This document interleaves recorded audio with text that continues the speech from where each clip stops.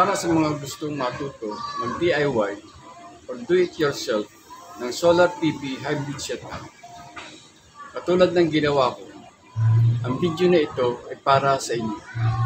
Dito ay pag-uusapan natin kung ano ba ang kumpletong components ng hybrid setup at pag-uusapan din natin kung paano ba gawin ang circuit diagram nito. So, meron po tayong tatlong klase ng setup na pwedeng pamilian ng mga gustong mag-DIY project. Meron tayong off-grid solar PV setup. Ang off-grid setup ay karaniwan ini-install sa mga area na walang grid power, katulad ng mga nasa bukid o nasa bundok. Meron din tinatawag na grid-tied or on-grid setup. Ang grid-tied setup ay karaniwan ini-install ng mga gusto mag-export ng excess power sa grid through net metering.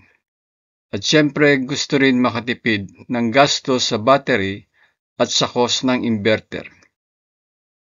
At itong tinatawag na hybrid solar PV setup, which is our topic. Sa tatlong setup na ito, hybrid setup is much more complicated than the other setup. Kaya kapag natutunan ninyo ang hybrid setup, ay mas madali na para sa inyo kung other setup ang gagawin nyo. So ano ba itong hybrid solar PV setup? At ano ba ang composition at characteristic ng setup na ito?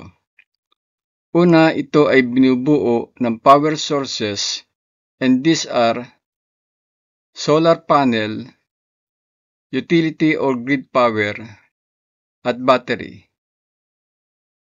Pangalawa, ito ay gumagamit ng smart or special inverter. Pangatlo, the inverter can continue operation kahit nagkaroon ng interruption ang grid power.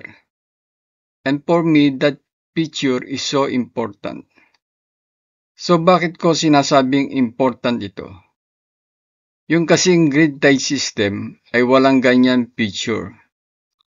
Yan din ang isang dahilan kung bakit pinili ko sa aking DIY ang hybrid setup. For example, grid-tied ang setup mo.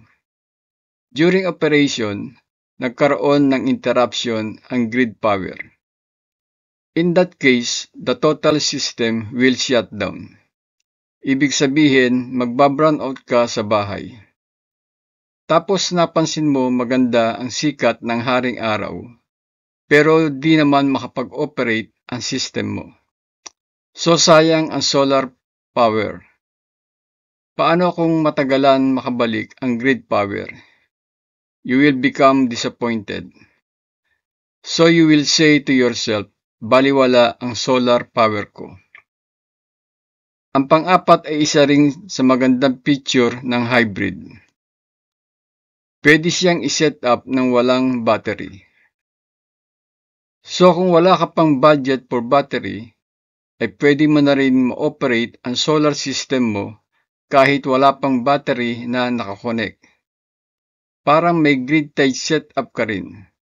So hybrid setup is all-in-one setup. May off-grid ka na at may grid-tied ka pa rin. Ngayon, punta na tayo sa primary components ng hybrid system setup. So, ang una ay solar panel. It says that a solar panel is a device that converts sunlight into electricity. May iba't ibang type ng solar panel, but I will discuss it later in this video. So the panel is the primary source of power or energy, just like a car where fuel is the source of power. As I said earlier, in the hybrid solar setup, there are three sources of power: the solar panel, the AC grid power, and the battery. Just like the hybrid car where the power comes from fuel and from battery. So sa mga nagpaplano mag-DIY, napaka-importante na malaman mo kung paano gamitin ang specifications ng solar panel at kung paano mo i-apply sa setup mo. So base sa example specifications ng solar panel, may tinatawag na peak power or Pmax. Bali itong maximum power na pwedeng ma-generate ng panel under ideal conditions or laboratory conditions. Pag sinabing laboratory conditions, it is 25 degrees centigrade operating temperature. And another conditions is solar irradiance of 1000 watts per square meter. Another specs is open circuit voltage or VOC. Ito ang voltage ng solar panel kung di pa siya nakakonect sa inverter or sa solar charge controller. Dapat niyong tandaan na ang VOC ang magiging reference nyo kung ilang bang panel ang i-connect ng series to satisfy the DC voltage range of inverter na gagamitin nyo. For example, the inverter has DC voltage range of 64 to 130 volts DC. And the solar panel has VOC of 37.62 volts. For example, mayroon kang 4 panels with VOC of 37.62 volts. If you will connect 4 panels in series, then you have a total voltage of 150.48 volts. So it is above the maximum input voltage of the inverter. How about if 3 panels is connected in series? The total voltage of 3 panels in series is 112.86 volts. So pasok siya sa voltage range ng inverter. Pero what happened to your 1 panel left? Di mo na siya magagamit kasi di mo siya pwedeng i-parallel sa 3 panel at di rin pwedeng i-series kasi sobra ang total voltage sa voltage range ng inverter. So to use all the 4 panels, you need to connect 2 panels in series. So the total voltage of panels in series is 75.24 volts, which is within the range of 64 to 130 volts. Now we have 2 sets of 2 panels connected in series. So we need to parallel it, and then the positive and negative terminal of parallel connection will be connected to inverter. Ano pa ang ibang specs ng panel? Meron din tinatawag na maximum power or BMP. Ito ang maximum voltage ng solar panel kapag nakakonect na ito sa inverter or solar charge controller. Another specs is ISC or short circuit current. Ito naman ang current ng solar panel kapag ang positive at negative terminal is short-circuited, and then the voltage at the terminal of the panel will be 0. The ISC will be used in sizing the circuit breaker of solar panel. Another specs is maximum power current or IMP. Ito ang maximum current ng solar panel kapag ito ay nakakonect na sa system. So yan ang mga specifications ng solar panel na dapat niyong matutunan kung paano siya gamitin sa DIY setup. Sa ibang video na gagawin ko, I will discuss how to calculate the capacity or rating of every equipment like the inverter, size of wire, rating of breaker, etc. Kaya kung gusto ninyo matutunan ang napakadetalyeng calculation ng solar design, huwag niyong kalimutan mag-subscribe. So, punta tayo sa hybrid solar inverter. It says that a hybrid solar inverter is a solar inverter and battery inverter combined into one model. This type of inverter can convert direct current produced by sunlight and energy stored in solar batteries into an alternating current electricity. Next is a solar battery. Ang solar battery ay isang energy storage devices designed to store excess electricity generated by solar panels. May iba't ibang type ng solar battery, but I will discuss it later in this video. Ngayon, pag-usapan naman natin ang kumpletong components para sa hybrid setup. Siyempre, una dyan ay solar panel. May iba-ibang klase ng solar panel sa market. May monocrystalline, polycrystalline, at thin film. Ako ang ginamit ko ay monocrystalline kasi mas mataas ang efficiency niya kaysa polycrystalline. But of course, mas costly ang monocrystalline. Yang mismo ang ginamit ko na hybrid inverter. Binili ko lang yan sa Lazada pero galing pa siya ng China. Sa ngayon ay may mga local seller na rin sa Pilipinas kaya medyo mabilis na rin ma-deliver. May iba-ibang klase ng solar battery. May lead acid battery at lithium ion battery. May tinatawag na DOD or depth of discharge. Ang lead acid battery ay may recommended depth of discharge DOD of 50%, while lithium ion battery has DOD of 80%. Bakit ba may recommended DOD? Ang DOD ay isang factor para humaba ang lifespan ng battery. Another factor are charge and discharge cycles and temperature. Generally, lithium-ion battery has higher lifespan than lead-acid battery. But of course, you will consider also the cost and your budget.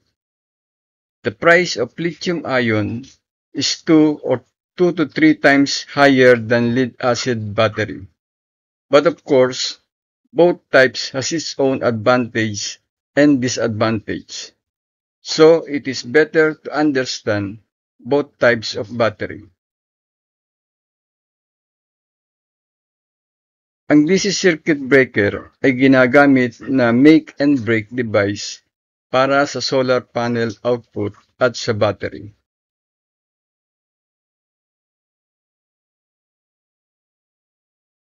Ang AC circuit breaker naman ay ginagamit sa AC input ng inverter at sa AC out ng inverter.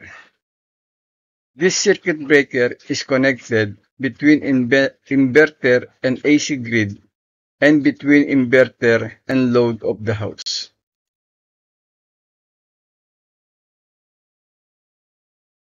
Ang DC SPD or Surge Protective Device ay ginagamit na protection ng DC side of the system, particularly around the circuit of solar panel. Ito ay nakaparallel sa DC circuit breaker ng solar panel.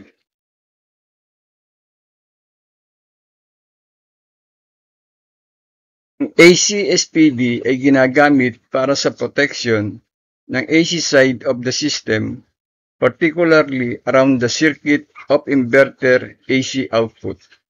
Ito ay nakaparallel sa AC circuit breaker ng inverter AC output.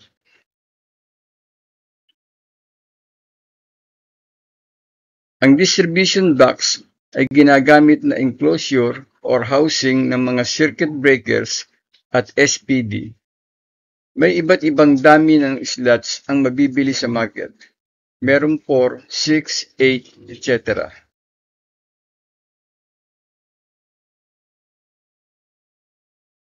Dito naman sa railing, nakapix ang solar panel at yan railing naman ay nakapix sa bubong ng bahay.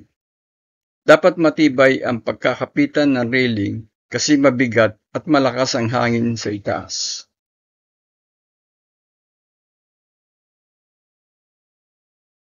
Itong mid clamp ay pang-hold naman ng dalawang panels na magkatabi. Ang bottom ng mid clamp ay nakapasok naman sa kanal at or slot sa railings.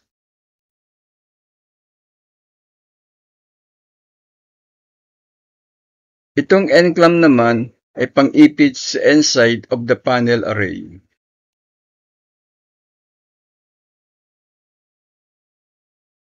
Itong output ay pang-fix naman sa railing into the roof.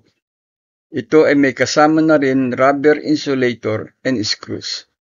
Sa mga may plano mag-DIY, I will recommend na dagdagan na lang ang output na ikakabit sa railing and roof. Especially kung mahaba ang railing na kailangan mo at marami ang panel na ikakabit mo.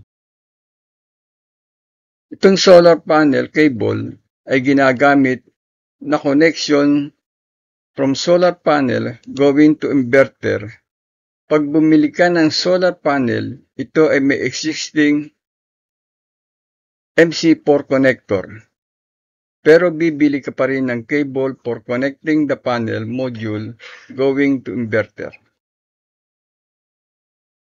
Ito naman ang battery cable. Usually, you need only a short cable because it is necessary to place the battery near the location of the inverter to avoid higher resistance.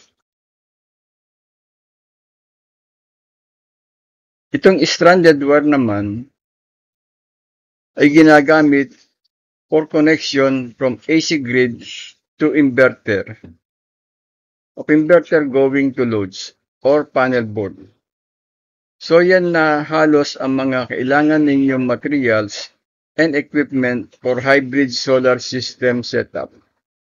So sa mga gustong mag-DIY ng solar power system, I will advise na iplano ng mabuti kung saan ilalagay ang bawat components, especially yung mga panels, inverters, circuit breakers, battery at iba pa. Para malaman mo na at the start kung gaano karami or gaano kahaba ang bibilhin mong mga wires kasi sobrang mahal ng wires. Ngayon, umpisahan na natin ang paggawa ng circuit diagram. Siyempre, kapag alam mo na ang mga components ng hybrid solar setup, kailangan mo naman malaman kung paano i-connect ang bawat electrical device. So, you need to draw a circuit diagram. So, ngayon, idodrawing natin ang circuit diagram ng hybrid setup. Pero bago ko simulan ang circuit diagram, ay gusto ko munang i-discuss ang existing circuit ng grid or from Meralco distribution system papasok sa ating bahay. Ito kasing configuration ng power source ay iba't iba in every country. So from grid, merong high voltage line at ito ay 3-phase line with voltage of 13.8 kV or 34.5 kV or 115 kV, depending on the location. So para maibaba naman ang voltage into residential voltage level, the utility like Meralco should install step-down transformer. So dalawang configuration ang maaaring gamitin ng utility company, depende sa location. May mga customer na may 3-phase load at mayroon din single-phase load. Hindi ko na elaborate ang detalye ng diagram na ito at ang gusto ko lang ipaalam at ipakita dito ay ang supply line na pumasok sa bahay. Ito ay may isang hot wire na may assigned letter L at isang neutral wire na may assigned letter N.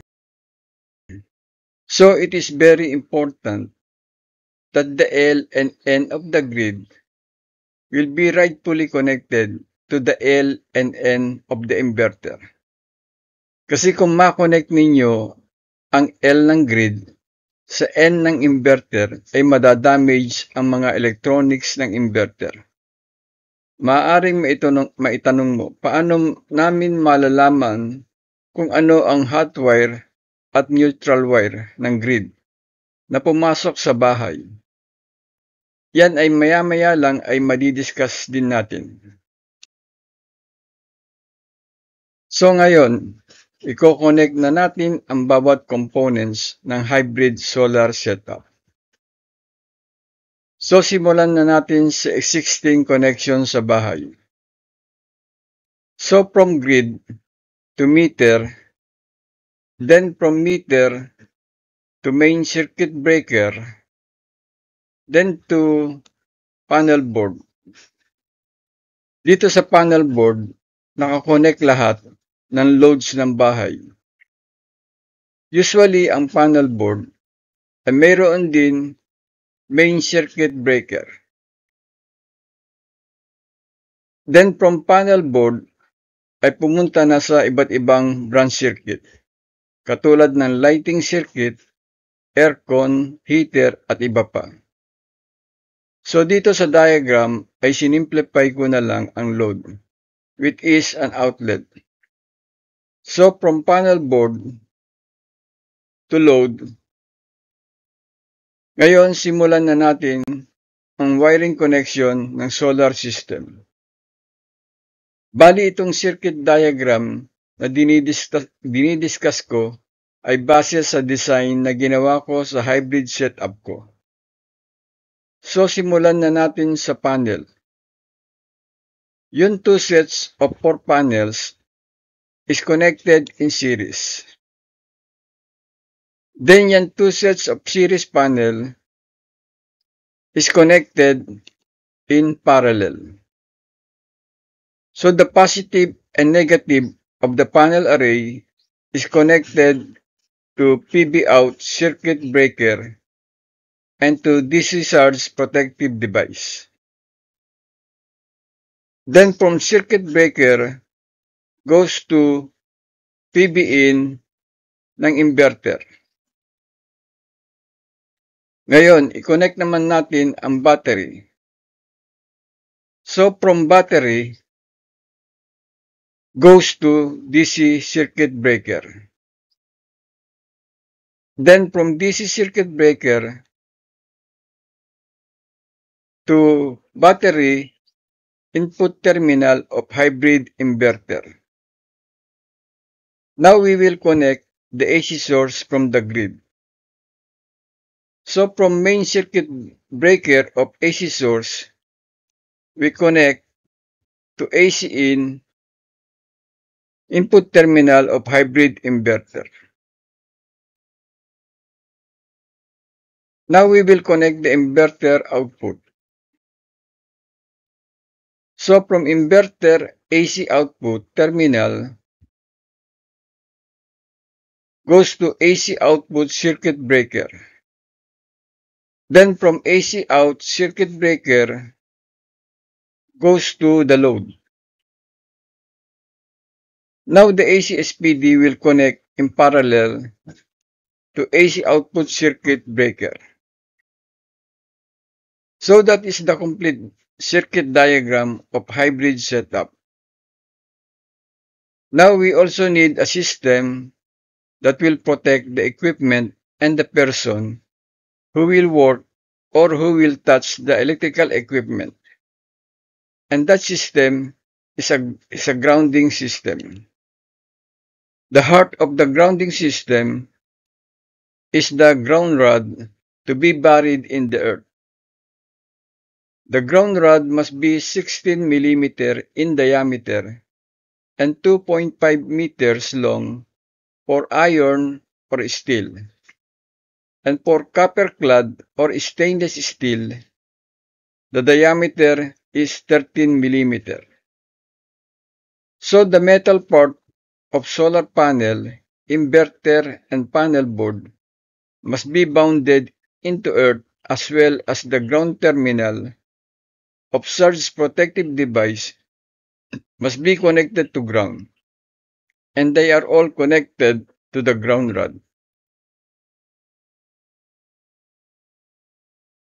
As I said earlier, I will also discuss how to determine the live wire or L and the neutral wire or N of the grid. Ang unang kailangan mo ay multimeter. Then you will look for any metal structure that is bounded in the structure of your house. And the example of this is the window grill. You will connect the first probe of the multimeter. Then you will put the selector of the tester to AC voltage. Ngayon, ang susunod na gagawin mo ay itutok ang ikalawang probe ng tester sa linya ng AC grid. If the tester indicates a 220 volts, then that is the live wire or L of the AC grid. So kung ilipat mo ang probe to the other line of the grid, then it will indicate 0 voltage. So put a label L and N to the line. So if you will put AC supply to the inverter, make sure that same L and N will be connected.